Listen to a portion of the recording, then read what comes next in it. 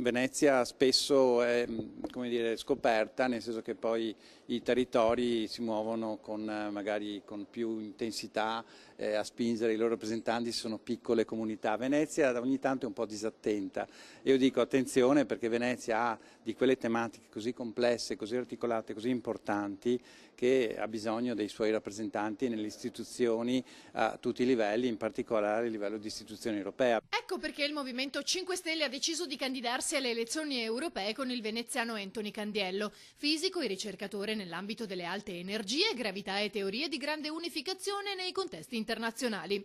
La candidatura più importante a livello provinciale, evidenziano i 5 Stelle, e che una volta in Europa potrà occuparsi della specificità di Venezia, conoscendola a fondo. Una complessità di una città storica da preservare, con un impatto turistico notevolissimo da gestire. Abbiamo la questione di Porto Marghera, quindi un'eredità molto difficile, abbiamo fatto 100 anni un paio di anni fa di eredità industriale che ci rimane come aree inquinate.